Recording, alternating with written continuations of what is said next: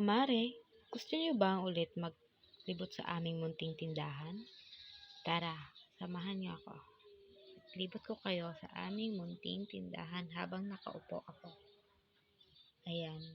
Dahil wala nang laman, ayan na lang.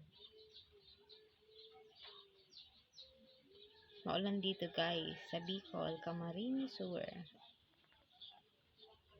Then guys, yung mga dilata namin, medyo paubos na, kaya namalingki si mama para bumili. Yan guys.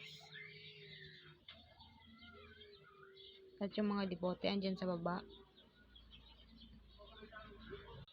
Yung mga 3-in-1 at saka mga milk andyan sa taas, nakasabit. Wala pang Milo kasi naubusan kami kagabi.